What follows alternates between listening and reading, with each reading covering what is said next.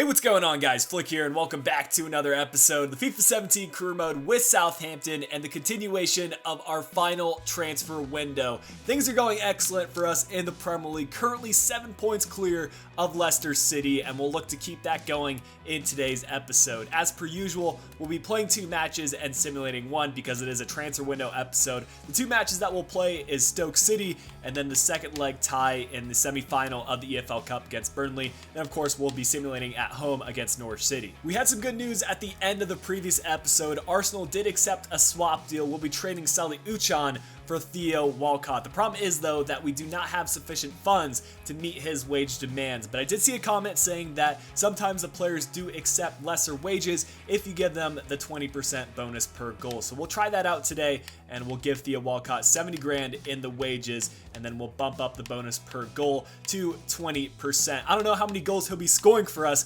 here at Southampton as a winger, but hey, I'm alright with that, and if he does accept this, that'd be perfect. Our final scouting report has arrived from Romania. We had a good first month with them, but it's kind of dropped down since then. But we'll see if we can add any more high potential players into the team. And Miran Kostin might be just that. His value, though, is low. He has an upper end of his potential, but we're going to have to reject him because he will never fit into this team. Robin Popescu is a little bit higher on the value, but not good enough to add to our youth academy because we already have so many 94 potential players in there. Stoke City were one of the surprise teams in the first season of this career mode, but they've dropped down since then, now down to 10th place in the Premier League and 20 points behind us. But because we had a game a few days ago, we're having to bring out a rotated side, starting Dusan Tadic at center attacking mid and Nathan Dyer at right mid.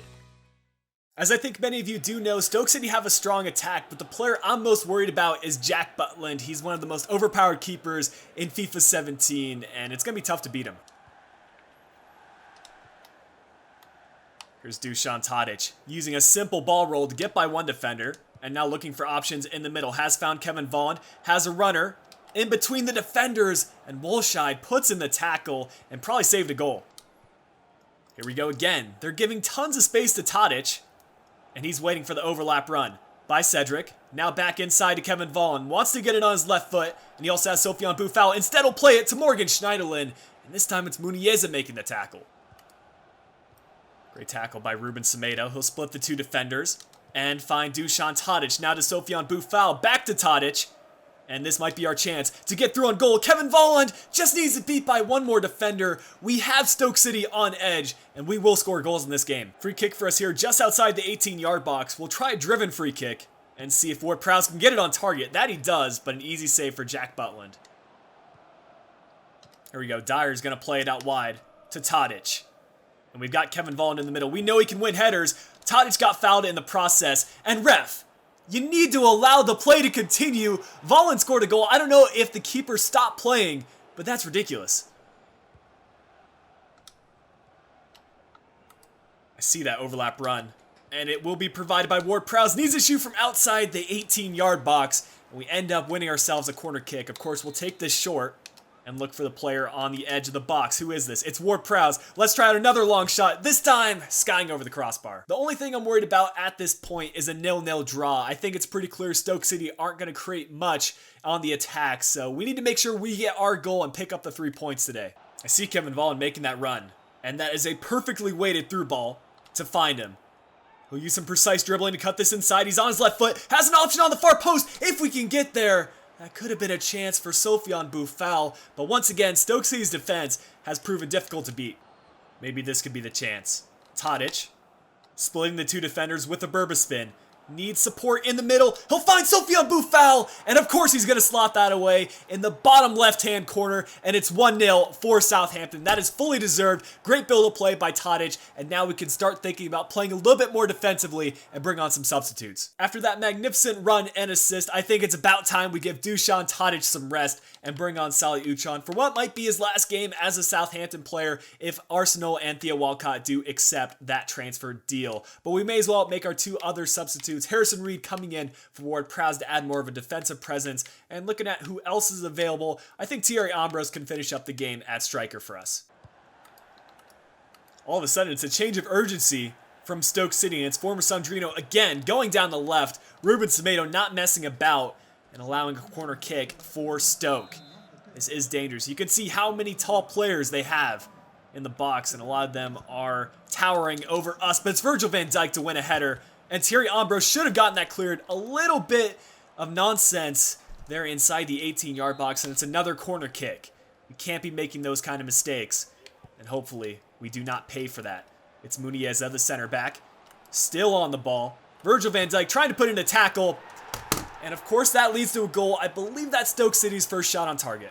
It's our final attack, guys. Thierry Ambrose setting up Harrison Reed, and we need to be very cautious with our passes. I hope Dyer is onside. He'll sweat this one in the middle, and that's going to be a goal. It's Salih Uchan. What a time to get the winner in literally the final minutes of the game, and it's going to be so difficult to sell him, but I'm so glad to see that he's finally scoring some goals, and I hope he can do this for Arsenal. What a win that was for us, guys. Even when I thought we were going to pick up a draw, we were still pouring forward players, and we got that deserved goal at the end. Man of the match today, going to Dusan Tadic with a 9.1. Our final youth scouting report has also come through from Sweden, so we'll quickly scroll through this and see if we can add any last players into the youth academy. It's a pretty short list, and really not a lot of high potential players. It's been pretty underwhelming from Sweden. After negotiating with Walcott, it looks like he wants his 110,000 per week, and we may even have to give him that 20% bonus as well. So we'll have to wait until a loan deal comes in and frees up some wages or sell off another player. Although I'd love to keep up our winning ways against 18th place Norwich, I am bringing out a second team in order to conserve stamina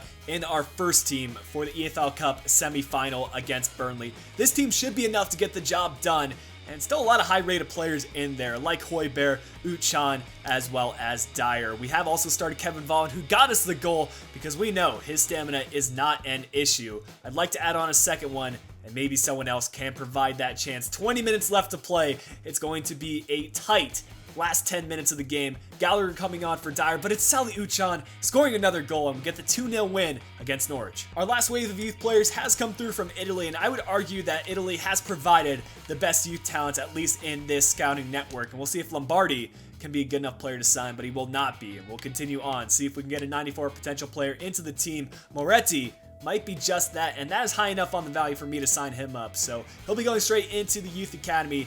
And we've got another Moretti, this one 84 to 94 potential. He looks like a gem, and of course I will not be skipping by him.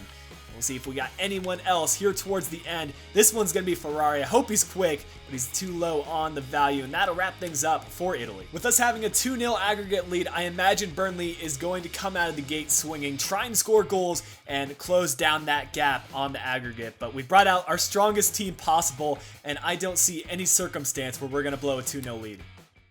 About the only thing Burnley have going right for them is that this match is at Turf Moor, so I'll be starting off the game defensively, getting a feel for how they play, and hopefully dominating the midfield.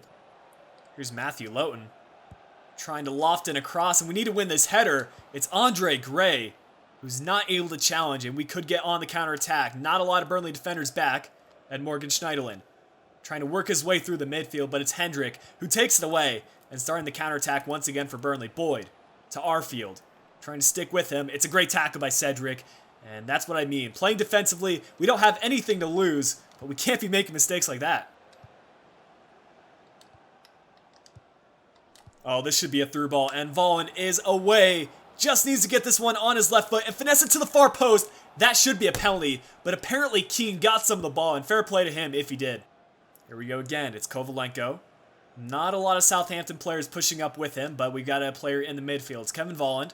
Now we've got Redmond and a player on the right. This is Ruben Sameda. What are you doing all the way up the pitch? He'll lay off the pass to Redmond, using his body to shield off the Burnley defender. Kovalenko with the long shot, and Blake is forced to make a save. Oh, here we go. Kovalenko against two other Burnley defenders. He split them, and now he needs to find a way to find another player in the middle. It's Schneiderlin switching it to Redmond. We're trying to find Kevin Volland. Needs to shoot this with his right foot. And although it is his weak foot, he's able to bury that one by Blake. And that should be it, guys. 1-0 for Southampton, 3-0 on aggregate. And that should be game over. A pretty solid first 45 minutes for us, but now that we have a 3-goal cushion, I'm going to use all three of our substitutes and take off our key players. No reason to risk an injury when this game is very much in our favor. Volland will be coming off, and we've got Ambrose here on the bench. Along with that, Kovalenko is still recovering from his injury. Although he doesn't have any bandage, we'll be taking him off and bringing on Jake Hesketh. And finally, it's going to be Sofiane Boufal coming off and Jordan Ibe coming on. This is a decent chance for Burnley. They'll try to play it through, but we're so compact in our back line that you cannot find space on those through balls. They're going to have to try other methods as we get forward on another attack. It's Jordan Ibe waiting for the run for Bertrand. And I think that's Thierry Ambrose providing an option. He's not going to be able to get there. Oh, this could be a chance for Burnley. It's Davis, the former Southampton man, playing this one back over to Ulfsted. It's Andre Gray, who's just not able to get by our back line.